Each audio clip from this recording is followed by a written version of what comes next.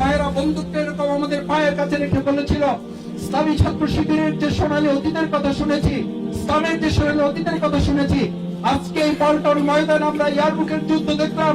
যারা সকাল 6টা থেকে এখন পর্যন্ত কিছু মুখে দেয়নি, তাদের কাছে রুটি এবং কলা যার হাতে আসে তিনি আরেকজনকে দেন, তিনি আরেকজনকে দেন।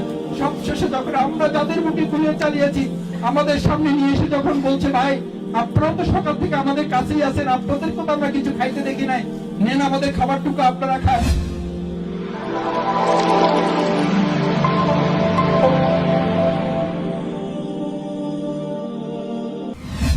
আমি যদি আপনাদেরকে জিজ্ঞেস করি আমাদের সোনালী অতীত কি, আমাদের প্রথম সোনালী অতীত হলো আমাদের যাত্রা শুরু হয়েছে জান্নাত থেকে না জাহান্নাম থেকে? সোনালী না অন্ধকার? সোনালী। আমাদের পিতা হযরত আদম আলাইহিস সালাম, তার বিপরীতে ইবলিস। আমরা কি সোনালী না অন্ধকার? অন্ধকার। অন্ধকার, সোনালী। আমরা যদি ইসলামী হিস্ট্রি আলোচনা করি, হযরত ইব্রাহিম আলাইহিস সালাম, তার বিপরীতে নমরুদ। সোনালী না অন্ধকার? মুসা আলাইহিস সালাম, তার বিপরীতে ফিরআউন। সোনালী না অন্ধকার? অন্ধকার, সোনালী। আলহামদুলিল্লাহ। জামাল বিন নাসের, তার বিপরীতে হাসানুল বান্না, ইমাম গাজালি রহমাহুল্লাহ, সৈয়দ বদরুজ্জামান মুর্সি, তার বিপরীতে যে কামাল পাশারা।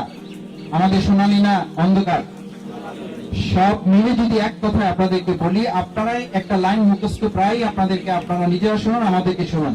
মুসলিম, that's we have nicely glorious past. সে হচ্ছে মুসলিম যার একটা সুন্দর কি আছে, অতীত আছে। আমাদের পিছনে যা কিছু ছিল পুরোটাই সোনালী। আমরা একটা গোল্ডেন রোড দিয়ে আমরা হাঁটছি, আমরা একটা হাইওয়ে অতিক্রম করছি। আমরা আমাদের পুরো জীবনের ইতিহাসে অলিগলিতে আমরা কখনো মাথা ঢুকাইনি, মাথা ঢুকাচ্ছি না, এবং ভবিষ্যতেও আমরা আমাদের কোনো কর্মপন্থায় রাজপথের এই সোনালী অধ্যায় অতিক্রম করে আমরা কখনো অলিগলিতে আমরা আমাদের মাথা ঢুকাবো না, ইনশাআল্লাহ।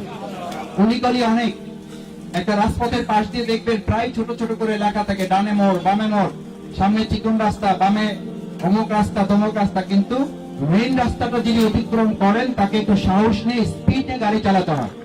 হাইওয়েতে যদি আপনি আস্তে গাড়ি চালান, তাহলে যারা আপনার পিছনে থাকে তারাও বিরক্ত বোধ করে, যারা সামনে থাকে তারাও বিরক্ত বোধ করে। ফাইনালি আপনি আসলে হাইওয়েতে নর্মালি গাড়িটা ড্রাইভ করলে হাইওয়েতে গাড়ি ড্রাইভ করা যায় না। হাইওয়েতে গাড়ি ড্রাইভ করার জন্য স্পিড ঠিক করে দেওয়া আছে, 80 কিলোমিটার, 90 কিলোমিটার, 100, 120। ওখানে যদি কেউ 20 কিলোমিটারে চালায় তাতে রিক্সাকে সাইড দিতে হবে।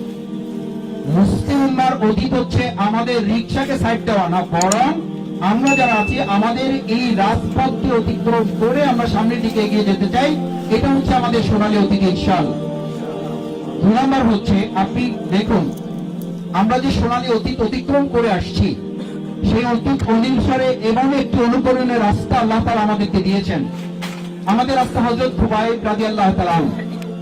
যেই খুবাইব রাদিয়াল্লাহু তাআলা 2 হাত পিছে নিয়ে তাকে যখন ফাঁসির মঞ্চে নিয়ে যাওয়া হয়, আপনাদের ভালো মনে থাকার কথা, আজকে আমাদের কারো কারো জীবনে মনে হতে পারে শাহবাগের গণজাগরণ মঞ্চ বোধহয় বাংলাদেশের ইতিহাসে প্রথম, অথবা পৃথিবীর ইতিহাসে প্রথম। ব্যাপারটি এরকম না, অথবা আমাদের ফাঁসির মঞ্চ তৈরি হয়েছে বোধহয় এই প্রথম, কাশিমপুরে অথবা কেন্দ্রীয় কারাগারে ঢাকার এই প্রথম। ব্যাপারটা তা না। আমাদের সোনালী অতীত সেই জায়গা থেকে হযরত খুবাইব রাদিয়াল্লাহু তাআলা ইসলাম কবুল করার পর যাকে 2 হাত বেঁধে ইসলাম পরিত্যাগ করানোর জন্য নির্যাতনের পর নির্যাতন, চূড়ান্ত সীমায় যখন তাকে নিয়ে যাওয়া হয়েছে ফাঁসির কাস্টে তখন ঝুলানো হবে, তখন মাত্র 2 রাকাত নামাজ পড়ার জন্য অনুমোদন চেয়েছেন, তাকে নামাজ পড়ার অনুমতি দেওয়া হয়েছে। নামাজ পড়তে গিয়ে তিনি অতিরিক্ত সময় নেননি, এই ভেবে যে মুসলমানদের সোনালী অতীতে যেন সামান্য কালিমা লেপন না হয়। নামাজটা তাড়াতাড়ি শেষ করে এসে পড়েছেন। তাদের সঙ্গী সাথী জল্লাদ যারা জিজ্ঞেস করেছিলেন, এত তাড়াহুড়া করলে যে? বলেছে যে নামাজ আমাকে চিরজীবন আমার আত্মার প্রশান্তির ব্যাপার ছিল, যে নামাজ আমাকে আত্মতৃপ্তি দান করত, সেই নামাজের চেয়ে আজকে আমি আত্মতৃপ্তিদায়ক আরেকটি বড় ঘটনার মুখোমুখি।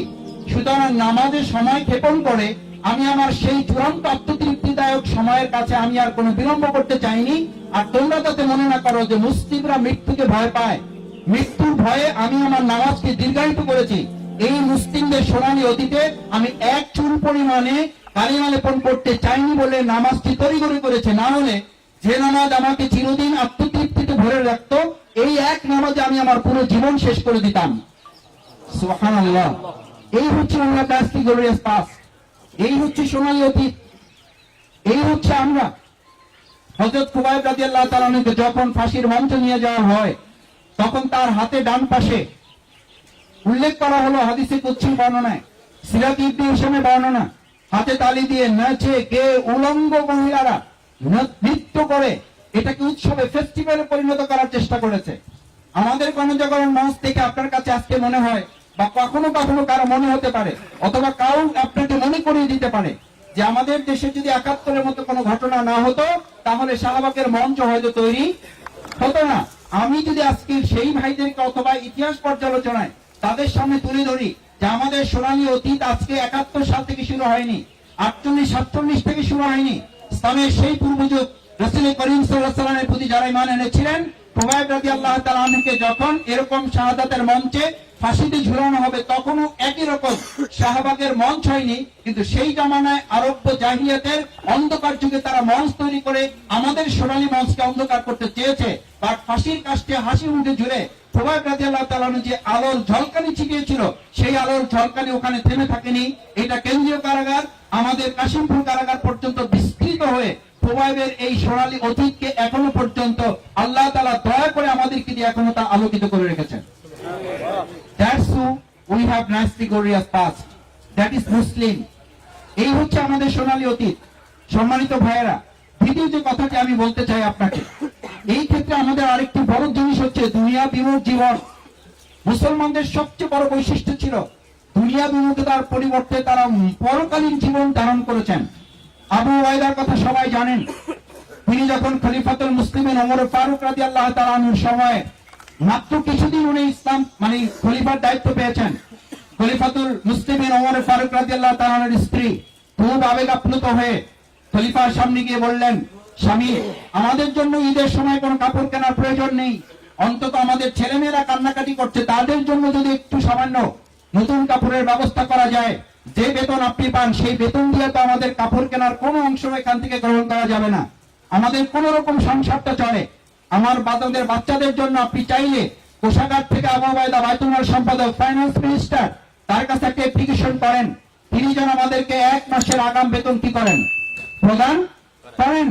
আবু উবাইদা রাদিয়াল্লাহু তাআলা আনহুর কাছে হযরত ওমর ফারুক রাদিয়াল্লাহু তাআলা আনহুকে অ্যাপ্লিকেশন পাঠিয়ে দিলেন। আপনারা ভালো করে জানেন, আমি লম্বা করছি না, শুধু এতটুকু বলছি, সেই অ্যাপ্লিকেশনটা পেয়ে আবু উবাইদা রাদিয়াল্লাহু তাআলা আনহু চোখ দিয়ে পানি ছেড়ে দিলেন, ইয়া আল্লাহ, খলিফাতুল মুসলিমিন গোটা পৃথিবী যিনি শাসন করেন, অর্ধ পৃথিবী তার আঙ্গেলের ইশারায় পরিচালিত হয়, তার সন্তানের কাপড় কেনার জন্য আজকে আমার কাছে অ্যাপ্লিকেশন করেছে, তার একটা অর্ডারই তো যথেষ্ট ছিল, এখান থেকে লক্ষ কোটি দিনার এখান থেকে তিনি নিয়ে সংসারের জন্য ব্যয় করবেন। আবু উবাইদা রাদিয়াল্লাহু তাআলা আবেগের বশবর্তী না হয়ে তিনি খলিফাতুল মুসলিমিন ওমর ফারুক রাদিয়াল্লাহু তাআলা একটা চিঠি লিখে তার জবাব দিলেন, অনুমোদন চাইলেন খলিফাতুল মুসলিমিন ওমর ফারুক রাদিয়াল্লাহু তাআলা, আপনাকে দুটো বিষয় কনফার্ম হতে হবে, তারপরে এই আবেদনটি আপনার জন্য মঞ্জুর করা যায়। নাম্বার 1 হচ্ছে আপনি এই ঋণটি গ্রহণ করার পর ঋণ পরিশোধ করার পর্যন্ত আপনি বেঁচে থাকবেন। নাম্বার 2 হচ্ছে এই অঞ্চলের লোকেরা আপনাকে আগাম বেতন দিয়ে যে মাস পর্যন্ত আপনি বেতন নেবেন, সেই মাসের পরে আপনি যে শোধ করবেন সেই পর্যন্ত তার আপনাকে খলিফা হিসাবে এখানে রাখবেন। এই নিশ্চয়তা যদি আপনি দিতে পারেন তাহলে এই আবেদন আমি সাইন করে দিতে পারি। খলিফাতুল মুসলিমিন ওমর ফারুক রাদিয়াল্লাহু তাআলা এই চিঠিটি পেয়ে চোখ দিয়ে এমন করে পানি পড়ছিল, স্ত্রী বলছিলেন যে বাচ্চা শিশুরা যেমন কাঁদে, আত্মপ্রতিতে অনুভূতিতে তিনি আনন্দিত হয়ে আল্লাহর কাছে বলেছিলেন, আল্লাহ, আমার যুগে যেমন একজন আবু উবাইদা পেয়েছি, মুসলিম উম্মার এই সোনালী অতীতকে ধরে রাখার জন্য যতদিন পৃথিবীতে ইসলাম থাকবে, যতদিন পৃথিবীতে মানুষ থাকবে, মুমিন থাকবে, মুসলিম থাকবে, ততদিন প্রত্যেক যুগে যেন একজন আবু উবাইদার মতো করে একজন জিম্মাদার, একজন আমানতদার ব্যক্তি যেন যুগে যুগে তাদের মধ্যে আল্লাহ তাআলা আপনি দান করেন। সম্মানিত ভাইয়েরা, এই হচ্ছে আমাদের মুসলিম হিস্ট্রি, এই হচ্ছে আমাদের অতীত, আমাদের হযরত ওমর ফারুক রাদিয়াল্লাহু তাআলা এর এই অতীত ইতিহাস। আমি রাজশাহী ইউনিভার্সিটিতে আমাদের ইসমাইল হোসেন সিরাজি ভাই, আমি ওনার বাড়িতে বহুবার গিয়েছি, ওনার বাবার সাথে দেখা করেছি, এরকম ওয়াল দিয়ে ওনার কবরস্থানটা ঘেরা। আমরা যখন যেতাম উনি আমাদেরকে বলতেন যে এই যে দরজাটা সবসময় কবরস্থানের দরজাটা খোলা হয় না, খুলতে না পেরে উনি ওই ওয়ালটা টপকিয়ে ওখান থেকে ওয়ালটা টপকিয়ে উঠে সিরাজি ভাই কবরের কাছে গিয়ে উনি দোয়া করতেন, দুরূদ শরীফ পড়তেন, বিভিন্ন মোনাজাত করে চোখের পানি ফেলতেন। আমরা গিয়েছি, গিয়ে দেখি যে উনি বাসায় নেই। জিজ্ঞেস করলাম উনি কোথায়, বললো যে উনি তো ওনার ছেলের কাছে প্রায় প্রতিদিন সকালে চলে যান ফজরের নামাজ শেষ করে। আমরা ওখানে গেলাম, গিয়ে দেখলাম দরজাটা লাগানো। ওখানে যারা আছে খোঁজাখুঁজি করে অনেক চেষ্টা করে আমরা চাবি পেলাম না। দরজা দিয়ে তাকিয়ে দেখি দূরে কবরস্থানের পাশে একজন মুরব্বী, উনি ওখানে বসে দোয়া করছেন। আমরা খুব চেষ্টা করে 3-4 জন একজন আরেকজনের পিঠে দাঁড়িয়ে ওয়াল টপকে ভিতরে ঢুকলাম। ভিতরে গিয়ে ওনার দোয়ায় শরীক হলাম। উনি দোয়া করছিলেন, আল্লাহ আমার এই সন্তান ইসমাইল হোসেন সিরাজীর হাতে আমি কিছু দিয়ে দিতে পারি নাই। যখন পড়াশোনা শেষ করে কফিনটা আমার কাছে এসছে, তার কফিনে একটা পকেট ছিল না। আমার ভালো মনে আছে তিনি যখন ট্রেনে উঠেছিলেন, তার হাতে ট্রেনে ওঠার পর এই জেলায় তিনি তখন অর্থের দায়িত্ব ছিল, বাইতুল মালের দায়িত্ব ছিল, হাতে মাত্র কয়েকটি ক্যালেন্ডার বিক্রির টাকা ছিল। ওই ক্যালেন্ডার বিক্রির টাকাগুলো ফিরিয়ে দেওয়ার জন্য ট্রেন থেকে মাঝপথে নেমে এসে আবার অফিসে এসে দায়িত্বশীলের কাছে টাকাগুলো বুঝিয়ে দিয়ে বললেন, ভাই ওমর ফারুক রাদিয়াল্লাহু তাআলার একটি দোয়া আমার মনে আছে। আবু ওবায়দার মতো করে একজন জিম্মাদার যখন তিনি প্রার্থনা করেছেন, আমি ইসমাইল হোসেন সিরাজীকে যদি আল্লাহ তাআলা এই সিরাজগঞ্জের জন্য আমাকে একজন আবু ওবায়দা করে পাঠায়, সামান্যতম তার একটা আমলও যদি আমাকে দিয়ে করান, এই দোয়া করে করে যখন যিনি কাঁদছেন আমরা তার দোয়ায় শরীক হলাম। দোয়া শেষ করে ওনাকে আমরা জিজ্ঞেস করলাম, আব্বা যান আমরা তো ওয়াল টপকে এসেছি, আপনি কিভাবে এসছেন, কে দরজা খুলে দিয়েছে আপনাকে? আমরা তো অনেক কষ্ট করে ওয়াল টপকিয়েছি। আমাদেরকে ধরে বললেন, বাবা তোমার সন্তান যদি এখানে শোয়া থাকতো তাহলে তোমাকে চাবি খুঁজতে হতো না, ওয়াল টপকানোর জন্য তোমাকে এত কষ্ট করতে হতো না। যার সন্তান এখানে শুয়ে থাকে তাকে ওয়াল টপকাতে কষ্ট করতে হয় না। আমি এরকম তোমাদের আজকে একদিন ওয়াল টপকিয়ে থার, আমি সপ্তাহে প্রায় 2 দিন 3 দিন এরকম ওয়াল টপকিয়ে, কারণ সবসময় চাবি আমি পাই না, চাবি চাইয়ে তাদেরকে বিরক্তও করি না। এরকম ওয়াল টপকিয়ে এসে আমি আমার সন্তানের জন্য আল্লাহর কাছে দোয়া করি। হযরত ইসমাইল হোসেন সিরাজী এরকম একজন আবু ওবায়দার ভূমিকা পালন করেছেন। এই হচ্ছে বাংলাদেশ ইসলামী ছাত্র শিবির সেই কাফেলার সদস্য আপনি। 2006 সালের 28 অক্টোবর আমরা উহুদ পাইনি, হুনান পাইনি, আমরা সিফিন যুদ্ধ পাইনি, ইয়ারমুকের যুদ্ধের কথা আপনারা গল্প করেন। আর 2006 সালের 28 অক্টোবর আমরা ইয়ারমুকের যুদ্ধ দেখেছি। আমাদের শহীদ মীর কাসেম আলী ভাই দুপুর 2টার সময় যখন কলা রুটি নিয়ে আমাদের কাছে হাজির হয়েছেন, ভাইয়েরা আমাকে এরকম পিঠে হাত দিয়ে বলেছিলেন, সেনাপতি কলা রুটি খেয়ে নাও তোমার ভাইদেরকে নিয়ে, কারণ কে কতক্ষণ বেঁচে থাকবে আমরা জানি না। ইতিমধ্যে 11 জন শহীদের কফিন অফিসের সামনে জড়ো করা হয়েছে, তোমাদের কার কখন কফিন চলে যায় জানি না, এই রুটি আর কলাটি অন্তত খেয়ে নাও। আমার স্পষ্ট মনে আছে ইয়ারমুকের যুদ্ধ আমরা পাইনি, কিন্তু এই কাফেলার সোনালী অতীত আমরা তৈরি করেছি। আমাদের রুটি এবং কলাগুলো ভাগ করে যেই পুলিশ একটু আগে আমাদেরকে গুলি করেছিল, আশপাশে পুলিশের ভাইয়েরা কেবল একটু বিরতি নিয়ে বন্দুক নিয়ে দাঁড়িয়ে আছে, তারাও হয়তো অনুমতি পেলে একটু পরে গুলি করবে। আমাদের ভাইয়েরা একজন রুটি কলা নিয়ে আরেকজন ভাইকে দিচ্ছে, আরেকজন ভাই আরেকজন ভাইকে দিচ্ছে, আরেকজন ভাই আরেকজন ভাইকে দিচ্ছে। ভিতরে ঢুকে দিয়ে দেখে যে অনেক ভাই রক্তাক্ত অবস্থায় কাতরাচ্ছে, তার মুখের কাছে নিয়ে পানিটুকু দেখে তিনি বলছেন যে ভাই আরো ভিতরে ঢুকেন, আরো ভিতরে আমাদের অনেক আহত ভাইয়েরা আছে। পুলিশের দৃশ্য দেখে আমার চোখের সামনে কোন উপন্যাস থেকে বলছি না, আমি আবার শুধু আবেগের কথাটুকুই আপনাদের বলছি না, বলছি ইসলামী ছাত্র শিবির সেই সোনালী অতীত, নবী আউলিয়াদের অতীত, সাহাবায়ে তাবি তাজমাইনদের অতীত, যেটা আমরা ধরে রাখার চেষ্টা করেছি। আলহামদুলিল্লাহ পুলিশের ভাইয়েরা বন্দুকটা এরকম আমাদের পায়ের কাছে রেখে বলেছিল, ইসলামী ছাত্র শিবিরের যে সোনালী অতীতের কথা শুনেছি, ইসলামের যে সোনালী অতীতের কথা শুনেছি, আজকে এই পল্টন ময়দান আমরা ইয়ারমুকের যুদ্ধ দেখলাম, যারা সকাল 6টা থেকে এখন পর্যন্ত কিছু মুখে দেয়নি, তাদের কাছে রুটি এবং কলা যার হাতে আসে তিনি আরেকজনকে দেন, তিনি আরেকজনকে দেন। সবশেষে যখন আমরা যাদের মুখে গুলিয়ে চালিয়েছি, আমাদের সামনে নিয়ে এসে যখন বলছে, ভাই আপনারা তো সকাল থেকে আমাদের কাছেই আছেন, আপনাদেরকে তো আমরা কিছু খাইতে দেখি নাই, নেন আমাদের খাবারটুকু আপনারা খান। আল্লাহর কসম, সরকার যদি আমাদেরকে আজকে নির্দেশে দেয় আপনাদের মুখে একটা গুলি তো দূরের কথা, একটা গোলাপ ছুঁড়ে মারতে বললো আমরা আর মারতে পারবো না, কারণ বিবেকের কাছে আমরা বন্দী হয়ে পড়েছি। সম্মানিত ভাইয়েরা, শুধু এটা শেষ কথা নয়, আপনারা একজন সাহাবীর কথা জানেন যিনি শহীদ হয়েছেন। শহীদ হওয়ার পর তার কবরস্থ করার জন্য জানাজা সম্পন্ন হবে। রাসূল করিম সাল্লাল্লাহু আলাইহি ওয়াসাল্লামের সামনে কফিন উপস্থিত করা হয়েছে। রাসূল সাল্লাল্লাহু আলাইহি ওয়াসাল্লাম চেহারা মোবারক দেখে চোখের পানি ফেলে দিলেন, বলছে তো আমার পরিচিত সাহাবী, এ তো আমার সামনে সামনে আজকে ঘুরেছে, আমার সামনে একবার পিঠটা পর্যন্ত দেয়নি, সবসময় বুকটা দিয়ে রেখেছে। একজন সাহাবী দৌড়ে এসে বললেন, ইয়া রাসূলুল্লাহ আপনি কি তার জানাজা পড়াবেন? অথচ আমি তার কফিন সম্পন্ন করেছি, আমি তাকে কাফন পরিয়েছি, কাফন পরাতে গিয়ে দেখেছি তার বুকে একটা তীর লাগে নাই, সমস্ত তীর বর্ষাগুলো ধনুকগুলো তার পিঠকে বিদ্ধ করেছে। এই তীর বিদ্ধ করা দিয়ে বুঝা যায় তিনি পলায়ন পর একজন ব্যক্তি হতে পারেন, তিনি দূর সম্পর্কের একজন ব্যক্তি হতে পারেন। ইসলামের জন্য তিনি ভূমিকা রাখেন নাই। রাসূল করিম সাল্লাল্লাহু আলাইহি ওয়াসাল্লামের কাছে যখন এক সাহাবী এই কথা বলতেছে, পাশ থেকে আরেকজন সাহাবী এসে বলছে, ইয়া রাসূলুল্লাহ, উনি হয়তো ধারণা করে বলছেন আমি চোখে নিজের দেখা থেকে বলছি। আমি তাকে জিজ্ঞাসা করেছিলাম যে তুমি রাসূল সাল্লাল্লাহু আলাইহি ওয়াসাল্লামের দিকে বুকটা দিয়ে পিঠটা শত্রুর দিকে দিয়ে তীরগুলো পিঠে ভক্ষণ করছো কেন, পিঠে দিচ্ছ কেন? বলছে আমি আমার প্রিয় নবী রাসূল সাল্লাল্লাহু আলাইহি ওয়াসাল্লামকে যতটুকু ভালোবাসি, যতটুকু সম্মান করি, সম্মানের ভালোবাসার জায়গায় আমি আমার রাসূলের দিকে পিঠটা দিয়ে শত্রুর দিকে বুকটা দিয়ে বুকে আমি তীর বক্ষণ করবো, এটাও আমি ভালো মনে করিনি, এটা আমার জীবনের জন্য পছন্দ করি নাই। তাই আমি যতক্ষণ জীবিত থাকবো ততক্ষণ পিঠটা শত্রুর দিকে দিয়ে আমার প্রিয় নবীর দিকে বুকটা দিয়ে আমি তাকে রক্ষণ করার সর্বোচ্চ চেষ্টা আমি চালিয়ে যাব। আমি সাক্ষী দিচ্ছি রাসূলুল্লাহ, শেষ নিঃশ্বাস ত্যাগ করা পর্যন্ত পিঠটা শত্রুদের দিকে দিয়ে বুকটা আপনাকে দিয়ে ঘিরে রেখে রেখে শেষ পর্যন্ত শহীদ হয়ে শাহাদাতের কলে ঢলে পড়েছেন। এই দৃশ্য আমরা সেই যুদ্ধের ময়দানে দেখি নাই। 2006 সালের 28 অক্টোবর এখানে অনেকে সাক্ষী আছেন। আমি অনেককে ধাক্কা দিয়ে ফেলে দিয়েছি, এনটিভির পর্দায় এখনো সেই ভিডিও ক্লিপ পাওয়া যায়। একজনকে ধাক্কা দিয়ে ফেলে দিয়ে আমি বলেছিলাম, কি ভাই আমাকে সামনে যেতে দিচ্ছেন না, ডানে যেতে দিচ্ছেন না, পিছনে যেতে দিচ্ছেন না। তখন 3-4 জন ভাই হেলমেট পরা এসে একজন আমাদেরকে জড়িয়ে ধরে এসে বলেছিলেন, মাসুদ ভাই আমরা তো পল্টন পাইনি, আমরা বদর পাইনি, আমরা হুনাইন আহজব পাইনি, আমাদের প্রিয় নবী রাসূল সাল্লাল্লাহু আলাইহি ওয়াসাল্লামদেরকে আমরা সাহাবা আজমানদেরকে পাইনি, কিন্তু এই ধরনের দায়িত্বশীলদেরকে তো পেয়েছি। আমরা আজকে হয়তো সেই 4 দিন আগে অক্কাস হতে পারবো না, আমরা হয়তো খুবাইব হতে পারবো না, খাব্বাব হতে পারবো না, আমর সাইদ আমির আল জুমাই হতে পারবো না, আমির হতে পারবো না, ইয়াসির হতে পারবো না, কিন্তু আমরা তো আজকে সেই ভূমিকার সূত্র ধরে সোনালী অতীতের সেই ধারাবাহিকতা অক্ষুণ্ণ রাখার জন্য আজকে আমিও আমার পিঠটা শত্রুর দিকে দিয়ে বুকটা আমার নেতাদেরকে দিয়ে শেষ পর্যন্ত প্রয়োজনে জীবন দিব, তবু আমার দায়িত্বশীলের গায়ে একটা আঁচড় আমি লাগতে দিব না। বাংলাদেশ ইসলামী ছাত্র শিবিরের সেই সোনালী অতীতের আপনি হচ্ছেন সর্বোচ্চ সফলতার অধিকারী একজন ভাই। সম্মানিত ভাইয়েরা, এরকম ঘটনা যদি বলা যায়, লক্ষ হাজার ঘটনা আমাদেরকে আপ্লুত করে, লক্ষ ঘটনা আমাদেরকে অভিভূত করে। সবচেয়ে বড় একটা কথা বলে আমি শেষ করে দেই। যখন আপনারা জানেন 7টার সময় ঘটনা শেষ, আমি রুমে ঢুকবো, আমার এখানে অনেকে সাক্ষী আমার সাথে আছেন, কামাল ভাই তখন পূর্বের সভাপতি ছিলেন।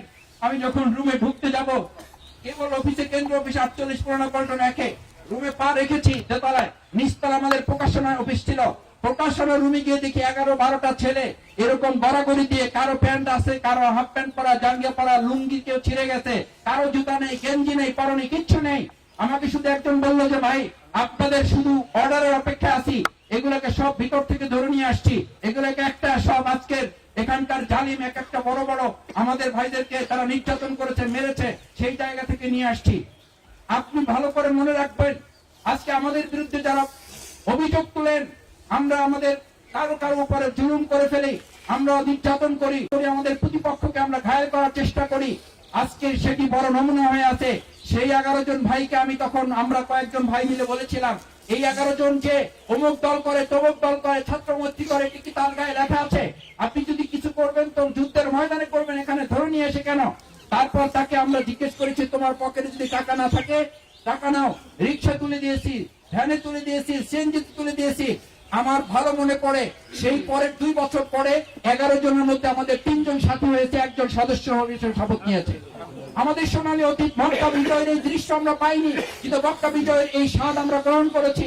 ইনশাআল্লাহ এই সোনালী অতীতের ধারাবাহিকতা রক্ষা করে আবু জান্দাল ইবনে সুবাইল রাদিয়াল্লাহু তাআলা আনহুকে যখন অত্যাচার নির্মমভাবে নির্যাতন করে পায়ে বেরি পড়া অবস্থায় জেল থেকে বেরিয়ে এসে মুসলিমদের কাছে আশ্রয় নিয়েছিলেন, সন্ধি শেষ হয় নাই তখন লেখা, তখন এসে মুসলিম উম্মাকে সামনে রেখে বলেছিলেন, মুসলিম ভাইরা আমার এই হাতের রক্ত, আমার এই মাথার রক্ত, আমার এই পায়ের রক্ত দেখেও কি আপনাদের একটু দয়া হয় না?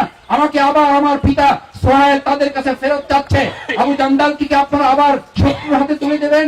রাসূল করিম সাল্লাল্লাহু আলাইহি ওয়াসাল্লামের কাছে ওমর ফারুক রাদিয়াল্লাহু তাআলা এসে বললেন, ইয়া রাসূলুল্লাহ, আমরা কি সত্য নবী, সদ্দাক্তা নবিয়া, অসদ্দাক্তা হকের রাজ, আমরা কি সত্য রাস্তায় আছি, আমরা কি ন্যায়ের পথে আছি, তারা কি মিথ্যার পক্ষে নেই, তারা কি অন্যায়কারী নয়, আমরা কি এই অবস্থায় তাকে তাদের হাতে আবার ছেড়ে দিতে পারি? আমাদের ধৈর্যের কতখানি আমাদের রাস্তা পার হতে হবে? রাসূল করিম সাল্লাল্লাহু আলাইহি সাল্লাম তখন দুটো শব্দ উচ্চারণ করেছিলেন, নাসরুম মিনাল্লাহি ওয়া ফাতহুন কারীব। আবু জান্দাল, তুমি তাদের কাছে ফিরে যাও, এই সন্ধির কর্মপদ্ধতি তোমার রক্তের উপরে, তোমার ত্যাগ এবং কোরবানির উপরে, এই সোনালী অতীতের রাস্তার উপরে ফতে মক্কা আমাদেরকে আল্লাহ তাআলা দান করবেন। তার মাত্র কিছুদিন পর মক্কা বিজয় সম্পন্ন হয়েছিল। আজকে আমি আপনাদের কাছে শুধু দুটো কথা বলে বক্তব্য শেষ করতে চাই। সম্মানিত সদস্য ভাইয়েরা, সাবেক যারা এই আন্দোলনে চূড়ান্ত শপথ নিয়েছেন, আজকে এখান থেকে সোনালী অতীতকে সামনে রেখে অন্ধকার জগতের জন্য নয়, আমি প্রথম থেকে শুরু করেছিলাম যে জান্নাত দিয়ে আমাদের সোনালী অতীত শুরু, যে আদম আলাইহিস সালাম দিয়ে আমাদের অতীত শুরু, যে ইব্রাহিম আলাইহিস সালাম দিয়ে অতীত শুরু, যে মুসা আলাইহিস সালাম দিয়ে অতীত শুরু, যে ইসমাইল আলাইহিস সালাম দিয়ে অতীত শুরু, যেই বদিউজ্জামান মুফতি রাহমাতুল্লাহ আলাইহি থেকে শুরু, যেই ইমাম হাসান আল বান্না থেকে আমাদের যাত্রা শুরু, সৈয়দ মাওলানা মওদুদী মরহুম রাহমাতুল্লাহ আলাইহি, যেই সোনালী রাস্তার পথের সৈনিক আমরা, সেই সোনালী পথের সেই যাত্রাটুকু ভবিষ্যৎ আমাদের রচনা করার জন্য আজকে আপনাদেরকে এখানে কষ্ট দিয়ে ডেকে নেওয়া আসে। আমাদের অনেক সোনালী অতীত, সেই সোনালী অতীতকে সফল করার জন্য ভবিষ্যৎ কর্মপন্থা আপনাদেরকে নির্ধারণ করতে হবে। মহানগরী আমি সেই ব্যাপারে আপনাদেরকে নির্দেশিকা দিবেন। আমি শুধু অনুরোধ করতে চাই, সোনালী অতীতকে সামনে রেখে আমরা ভবিষ্যতের এক রাজপথ তৈরি করার জন্য আমার পুরো জীবনটাকে রাজপথের একজন সেনাপতি হিসাবে তৈরি করে এখান থেকে সিদ্ধান্ত নিয়ে আমরা বের হবে ইনশাআল্লাহ। আমি সেই প্রত্যাশা ব্যক্ত করে আজকের এই সংক্ষিপ্ত আলোচনায় অনুরোধ করবো, আসুন আমাদের আনুগত্যের চরম পরাকাষ্ঠাটা যেন সেই সৈয়দ আমির আল জুমাহি রাদিয়াল্লাহু তাআলা আনহুর মতো হয়, যিনি ফিরে এসে রোম সম্রাটের কাছে গিয়ে বলেছিলেন, রোম সম্রাট তোফায়েলকে জিজ্ঞেস করলেন, তোমাকে যদি এখান থেকে ছেড়ে দেওয়া হয় তাহলে তুমি বাড়ি চলে যেতে পারবে? বলেছিল, আমি তো বাড়ি চলে যাওয়ার জন্য আসি নাই, আমি আসি জান্নাতের কাঙ্ক্ষিত মঞ্জিলে পৌঁছার জন্য। তারপর বলেছিল, দেখো গিয়ে তোমার জন্য কি ডেক্সি তৈরি করা হয়েছে, যেখানে তোমাকে ফ্রাই করা হবে। ডেক্সির কাছে গিয়ে দেখে একটা ডেক্সি চোখের পানি ছেড়ে দিয়েছে। জল্লাদরা মনে করেছিল আবার দুর্বল হয়েছে। জল্লাদরা এসে রোম সম্রাটের কাছে বলছে, এবার তাকে যদি প্রস্তাব দেন সে রাজি হয়ে যাবে। রাজি হওয়ার পরিবর্তে তিনি এসে অট্টহাসি দিয়ে বলেছিলেন, আমার চোখে পানি দেখে তোমরা ভেবেছিলে আমি ডেক্সি দেখে ভয় পেয়েছি, বরং আমি খুশি হইনি যে আমার জন্য অনেকগুলো ডেক্সি রেডি থাকবে। আল্লাহ তাআলা সেই পরিমাণে আমার জন্য জান্নাত এবং মর্যাদা রেডি রাখবেন। ইন্নামা আল বালা ওয়া ইন্নামা আল জাযা, আমার জন্য যত বড় পরীক্ষা হবে তত বড় মর্যাদা আমার জন্য নির্মিত হবে। আমি দেখলাম একটা মাত্র ডেক্সি, মনটা খারাপ হয়ে গেল। যদি না আল্লাহ তাআলা এর উপর আমাকে মাফ না করেন, সেই জন্য আমি কাঁদছি। সম্রাট অত্যন্ত রাগান্বিত হয়ে ক্রোধান্বিত হয়ে বললেন, একে ফেলে দাও, একে হত্যা করো, একে শেষ করে দাও। এটা বলতেই যখন তাকে আবার নিয়ে যাওয়া হলো, নিয়ে যাওয়ার পর দেখলো যে সে হাস্য বদনে ওটা গ্রহণ করার জন্য রাজি আছে। জল্লাদরা এসে বললো, সে তো হাসতেছে, তার মধ্যে কোনো অনুশোচনা নেই, তার মধ্যে কোনো ভয় ভীতি নেই। রাজা এবার নিজে দুর্বল হয়ে গেল, সে যখন শক্তিশালী হলো রাজা দুর্বল হয়ে গেল। আপনি ভালো করে মনে রাখবেন, প্রতিপক্ষ যখন আপনার উপর অসম্ভব প্রেসার ক্রিয়েট করবে, আপনি শক্তিশালী হলে আপনার প্রতিপক্ষ দুর্বল হতে বাধ্য। এটা হচ্ছে আমাদের সোনালী অতীত হয়েছে। আলহামদুলিল্লাহ, আজকে আমাদের উপরে যত অত্যাচার নির্যাতন ফাঁসির মঞ্চ তৈরি করে যারা আমাদের দুর্বল করতে চেয়েছে, তারা সাক্ষী দিচ্ছে যে আজকে আমাদেরকে যত দুর্বল করতে চেয়েছে আল্লাহ তাআলা তত আমাদেরকে শক্তিশালী করেছেন, এবং আমরা আরো শক্তি নিয়ে এই দেশে কলেমার পতাকা আমরা উত্তীর্ণ করবো ইনশাআল্লাহ। তখন সম্রাটের একটা প্রস্তাব বলে আমি শেষ করে দেই। সম্রাট প্রস্তাব দিয়েছিল, তুমি সহ সব বন্দীদেরকে আমি ছেড়ে দেবো, শুধু এতটুকু করো যে আমার কপালে একটা কি দাও, একটা চুমু দাও শুধু আমার কপালে। আমি অভিভূত যে এরকম ইমান একজন মানুষের থাকে, এরকম মজবুত ভালোবাসা ইমানের প্রতি ইসলামের প্রতি থাকে, শুধু তুমি আমার কপালে একটা চুমু দাও। সে বলেছিল, আমার জন্য আমি রাজি না। এটাও দায়িত্বশীল ভাইদের নিতে হবে যে মুসলিম ভাইদের সোনালী অতীত হচ্ছে সে নিজেকে নিয়ে ভাবে না, সে ভাবে তার অনুষঙ্গীদেরকে নিয়ে, সহকর্মীদেরকে নিয়ে। বললো, ঠিক আছে, আমার সাথে বন্দী যারা সবাইকে যদি আপনি মুক্তি দেন তাহলে আমি এটা বিবেচনা করে দেখতে পারি। বললো যে ঠিক আছে, সব বন্দীকে তোমার সাথে মুক্তি করে দেওয়া হবে। একটা কপালে চুমু খেলেন, সব বন্দীকে নিয়ে খলিফার কাছে গিয়ে হাজির হয়ে কাঁদতে কাঁদতে পড়ে গেলেন, ইয়া খলিফাতুল মুসলিমিন, আমি তো একটা অন্যায় করে ফেলেছি। বলছি, কি অন্যায় করছো তুমি? সবাইকে নিয়ে ফেরত এসছো, এটা আমাদের জন্য বড় বিজয়, অনেক বড় সম্মানের কাজ করেছো। খলিফাতুল মুসলিমিন ওমর ফারুক রাদিয়াল্লাহু তাআলা বললেন, তোমার কি অন্যায়? তোমার কোনো অন্যায় নেই, তুমি তো ভালো কাজ করেছো। বলছে খলিফাতুল মুসলিমিন, আমি তো তার কপালে একটা চুমু খেয়ে এসছি। বলছে, তোমার এই চুমুটা এত মর্যাদাবান, এত প্রিয় আল্লাহর কাছে, আমি নিজে মনে করি তোমার কপালে আমার এখন ওই জায়গাটা একটা চুমু খাওয়া উচিত। আমি চুমু খাচ্ছি এবং গোটা মুসলিম উম্মাহ যেন তোমার কপালে চুমু খাওয়ার ব্যবস্থা করে রাখে। সম্মানিত ভাইয়েরা, এভাবে করে মুসলিম উম্মাহর যে সোনালী অতীত, ইসলামী আন্দোলনের জন্য সোনালী অতীত, আমাদের যে সোনালী অতীত, সেই সুন্দর সোনালী অতীতকে ভবিষ্যৎ কর্মপন্থায় আলোক উজ্জ্বল করার জন্য আমি শুধু এতটুকু অনুরোধ করব যে আমরা আমাদের নিজেদেরকে আলোক উজ্জ্বল করে ভবিষ্যৎ একটা ঢাকা মহানগরী দক্ষিণের উজ্জ্বল নক্ষত্র তৈরি করে গোটা বাংলাদেশের একটা মডেল আমরা তৈরি করার জন্য আজকে সিদ্ধান্ত নিয়ে বের হব যে গোটা বাংলাদেশ জানবে ইসলামী আন্দোলনটা দুর্গ এক জায়গায় তৈরি হয়েছে ঢাকা মহানগরী দক্ষিণ। সেই প্রত্যাশাকে আমরা করতে পারি আপনাদের কাছে ইনশাআল্লাহ। আমরা কি রাজি আছি সবাই? আল্লাহ তাআলা মেহেরবানি করে আপনি আমাদের এই ভাইদের হাতগুলো আমাদের সবাইকে কবুল করুন। একই সাথে আল্লাহর জয় গান গাই।